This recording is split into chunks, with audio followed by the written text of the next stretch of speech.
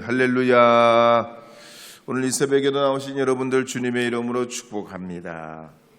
광고 말씀드리면 오늘 내일까지 특별 새벽 기도입니다. 새벽 기도 가운데 하나님 앞에 기도의 목표를 뚜렷이 하라고 말씀드렸습니다. 이 특세 기간 동안 내가 이 기도 제목 가지고 하나님 앞에 간절히 기도하리라. 그 제목 가지고서 여러분 기도의 불씨로 삼으셔서 이 대강절 가운데 하나님 주신 은혜와 축복을 얻고 누리는 여러분 되시기를 바랍니다. 내일은 마지막 날이라 안수 기도합니다. 여러분 그렇게 하시고 준비하시기 바랍니다. 어떤 교도소의 교도관이 생각해 보기를 교도소의 범죄자들이 이렇게 끝이 없이 계속 오냐. 가만히 보니까 이 교도소에 오는 범죄자들이 배움이 없어서 그런 게 아닌가 생각을 하고, 글을 배우고 이걸 세상 돌아가는 걸 알고 깨치면은 범죄도 줄어들고 이 교도소에 다시 오는 일이 없지 않겠는가. 그래서 자기가 감시하고 있는 그 죄수들 중에 글을 모르는 죄수들에게 글을 가르쳤다고 합니다. 그런데 이 죄수 중에 추록한 다음에 얼마 안 돼 가지고 또다시 교도소에 오게 되더란 얘기예요.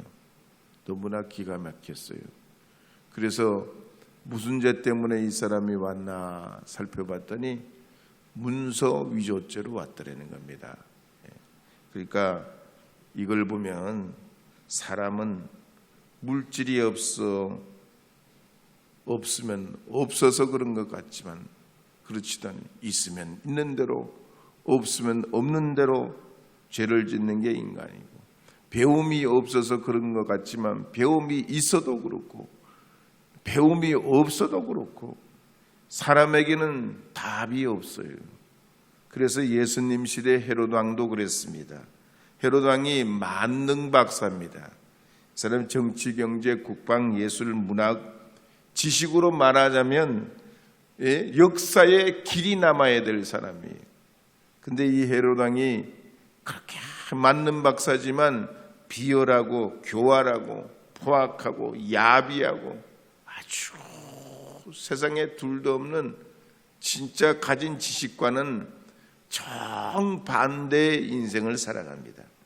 특히 오늘 본문에 나온 동방 박사와 비교해보면 더더욱 그렇습니다. 우리 본문 말씀 한 번 더 읽어보겠습니다. 마태복음 2장 1절 2절입니다.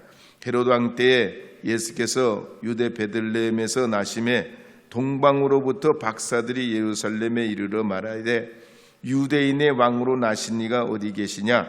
우리가 동방에서 그의 별을 보고 그에게 경배하러 왔노라 하니. 이 헤롯 왕은 진짜 본능적으로 감각도 있고 뛰어난 사람인데 특히 다른 사람 대화하고 또 동방박사와 대화하고 이런 내용을 보면 분석도 할 줄 알고 문제가 뭔지도 찾아내고 그걸 해결하기 위해 노력도 하고 애쓰는 사람이었습니다. 또 알고 보면 이 헤롯 왕은 뼈대 있는 집안의 사람이었어요. 할아버지는 이스라엘 독립운동할 때 이두메에서 우리로 말하는 의병장 역할을 했어요. 장군으로서 나라 독립을 위해서 자기 자신을 헌신했습니다. 그의 형 헤롯 왕의 형은 사두개파 사람들과 외국 용병들을 이용해 가지고 잘 나가던 하스몬 왕가의 권력을 장악합니다. 그리고 이 헤롯 왕은 어릴 때부터 투창도 배우고 무술도 배우고 궁술도 배워가지고 무기를 얼마나 잘 다루고 싸움을 얼마나 잘하는지, 밀란이 일어나고 문제가 되면 거기에 말이죠 앞장서서 나가서 반역자들, 산적들, 나쁜 일은 사회에 문제되는 사람들을 앞장서서 토벌하고 로마 제국에 공을 세워가지고 결국 이 사람이 승진해가지고 총독을 거쳐 유대 왕까지 올라간 진짜 입지전적의 인물이에요.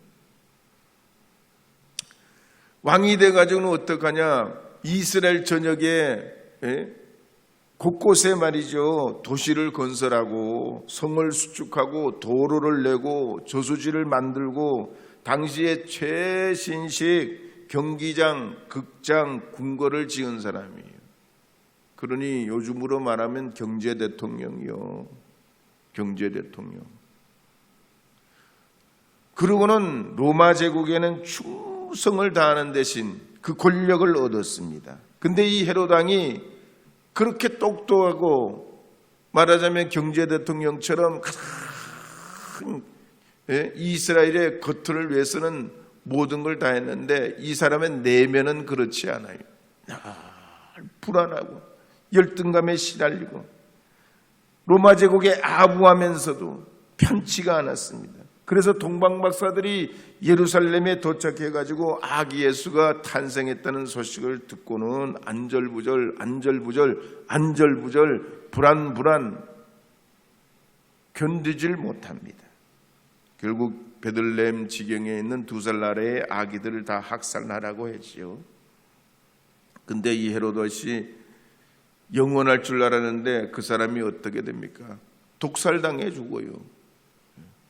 정적들에게 독살당해 죽습니다. 이걸 뭐라고 하냐? 헛똑똑이라는 거예요. 헛똑똑이요. 헛똑똑이 인생을 사는 겁니다. 하나님 없으면 이렇게 돼요. 하나님 없이 살면 이런 인생의 끝자락으로 떨어지게 됩니다. 먹어도 배부른 줄 모르고 입어도 따뜻한 줄 모르고 누려도 감사한 줄 모르고 이래도 불안 저래도 불안 염려근심 이렇게 인생을 그렇게 사는 거예요.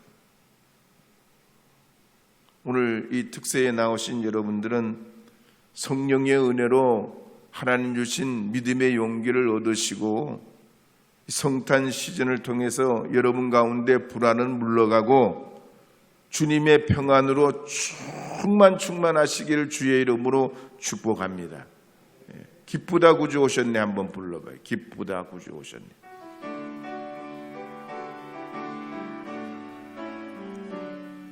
기쁘다 구주 오셨네 만백성 맞으라 온경해요 다 일어나 다 찬양하여라 다 찬양하여라 다 찬양하여라.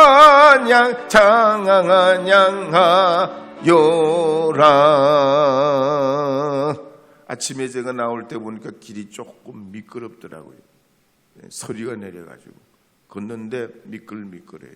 아마 음지나 이런 데는 길이 원만치 않을 수도 있습니다. 특히 새벽길은 이 겨울이 시작되면 가만히 다니고 조심조심해서 나와야 됩니다. 근데 특별 새벽 기도에 어떻게 이렇게 사람이 적게 나왔어? 특세에. 권사님들, 장로님들은 다 어디로 가신겨? 특별 새벽 기도회 하면서 이렇게 적게 나오는 게 참 목회하면서 별로 그렇게 많지가 않아요.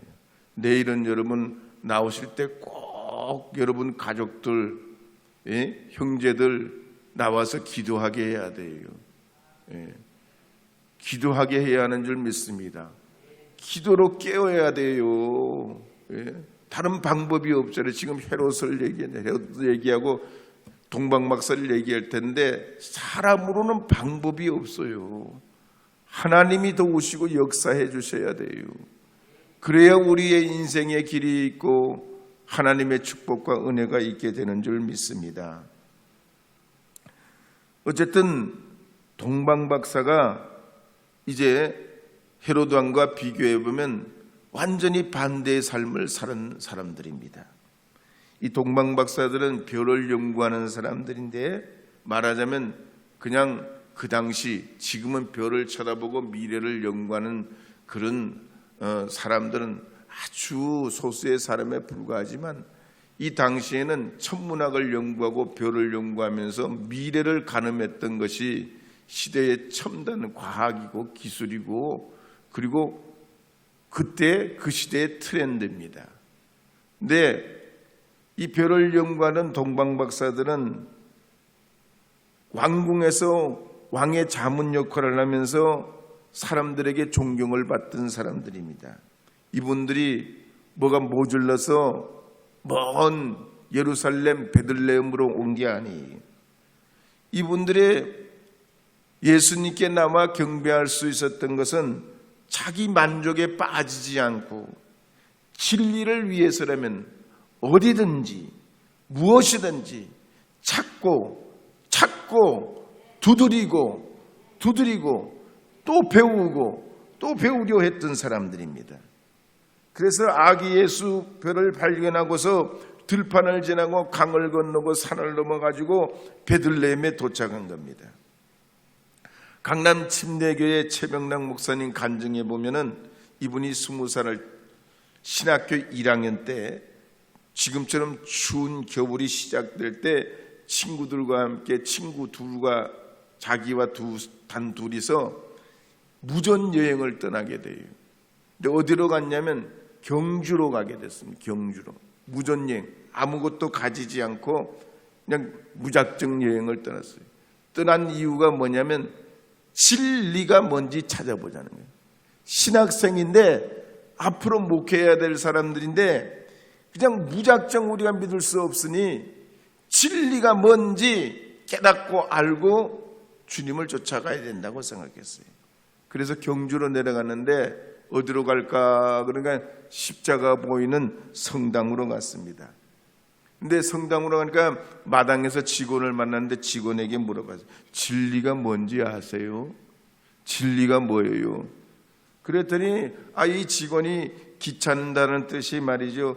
진리가 뭐냐고. 내가 믿는 게 진리지. 내가 믿는 게 진리지. 그러더라는 거예요. 그러면서 교황이 써준 교서를 보여주면서 이걸 한번 읽어보라고, 여기에 귀중한 내용들이 많이 있다고 그러면서 그러더랍니다. 그래서 참 어떻게 진리가 뭔지 모르고 어떻게 교회를 다니냐. 그런데 나오면서 마침 신부님을 만났어요. 신부님, 저희가 진리를 찾고 있는데 도대체 진리가 뭡니까? 그랬어요. 그랬더니 이 신부님이 당황한 표정으로 내가 있다는 것이 진리가 아닙니까? 그래. 그건 철학책에 나오는 거 아니에요. 철학책에 데카르트 같은 사람이 한 얘기. 내가 있다는 게 진리. 그건 내가 존재하기 때문에 있다는 게 그게 진리는, 그건 책에나 나오는 얘기지. 도대체 진리가 뭔지 좀 말씀을 해달라고 그랬더니 진리가 뭐 따로 있냐 뭐 그러더라는 겁니다. 그래서 그 다음날은 이분이 친구와 함께 불국사로 올라가서 스님에게 한번 물어보기로 했습니다. 스님을 만나보려고 했더니 스님은 만날 길이 없고 직원이 있어가지고 직원에게 물어봤더니 그 사람이 진리가 뭐냐고 하는 말에 내 마음속에 있는 게 진리고 당신이 부처고 당신이 진리라는 거예요. 기가 막히고 정말 내가 진리고 내가 진리면 뭐냐고, 그러면 내가 왜 이렇게 진리를 찾아 방황하냐고 그러는데 시간은 점점 가고 밤이 깊어져 가지고 이리저리 살펴보는데 십자가가 있어서 어느 교회로 들어갔습니다. 근데 마침 거기에 목사님이 계셔서 목사님에게 여쭤봤어요. 그랬더니 목사님이 퇴근을 안 하고 부목사님인데 교회를 지키고 있다가 이 두 사람이 그러니까 자기 집으로 모셔와가지고 어떻게 저녁 식사는 하셨냐 어쩌냐 물어봤더니 무전여행으로 이틀이나 밥을 제대로 못 먹고 쫄쫄 굶고 있는데 라면을 끓여주고 그냥 식은 밥을 주는데 그게 그냥 먹으니까 질리더라는 거야. 얼마나 배가 고프고 그런지 그 밥 한 그릇이 그냥 진리처럼 느껴지더니, 그리고 밥을 다 먹고 목사님에게 여쭤봤어요. 목사님, 진리가 뭡니까? 그랬더니 이 목사님이 침을 한번 꿀꺽 삼키더니 눈을 똑바로 쳐다보면서 하는 말이 예수님이 진리입니다 그러더라고요. 그때 자기도 모르게 눈물이 왈칵 나와가지고 그러는데, 목사님이 구약부터 신약까지 예수님에 관한 이야기를 쫙 설명을 해주는데, 그날 밤 그렇게 은혜를 많이 받고 주님 위에 헌신하는 그런 마음이 생겼다고 그래요. 오늘 본문에 보면 이 동방박사들이 그랬습니다. 그 사람들이 뭐 이방인이고 신앙 환경도 좋지 않고 또 이 사람들이 예수님을 오래전부터 믿었던 사람들인지 그런 이야기도 성경에 나와 있지는 않지만, 이 사람들이 오직 추구했던 건 진리를 따라 살고 진리를 위해 살고 진리 안에 거하려고 애를 썼습니다. 그러면서 길을 건너고 들을 건너고 강을 건너고 산을 넘어가지고 예루살렘에 도착했다는 얘기입니다. 여러분, 오늘 이 새벽에도 보면 아무나 이 기도에 나오는 게 아니에요. 여러분, 산을 건너고 강을 건너고 들을 지난 그런 동방박사들 같이 주님 앞에 진리를 향한 마음을 가지고 있는 사람들이 주 앞에 나와서 역사하시고 주관하시는 하나님 앞에 기도할 수 있게 되는 줄 믿습니다. 오늘도 여러분, 이 동방박사들처럼 여러분의 삶의 자리에서 분투하고 주님을 소망하고 이 성탄을 맞이려 하시는 여러분에게 아기 예수를 만나는 그 거룩한 기쁨과 영광이 있게 될 줄로 믿습니다. 여러분, 더 기도하시고 부르짖어 기도하시고, 내일 아침에 어떻게 된다고요? 내일 아침에는 꼭 여러분 연락해서 같이 나오시고 기도하자고 권면하시고 함께 부르짖어 기도해서 이 새로운 한 해를 앞두고 하나님께 간절히 기도하면서 계획과 축복과 은혜와 영광이 여러분의 삶에 함께하도록 주님의 은혜를 이루어가는 우리 모두가 되기를 바랍니다.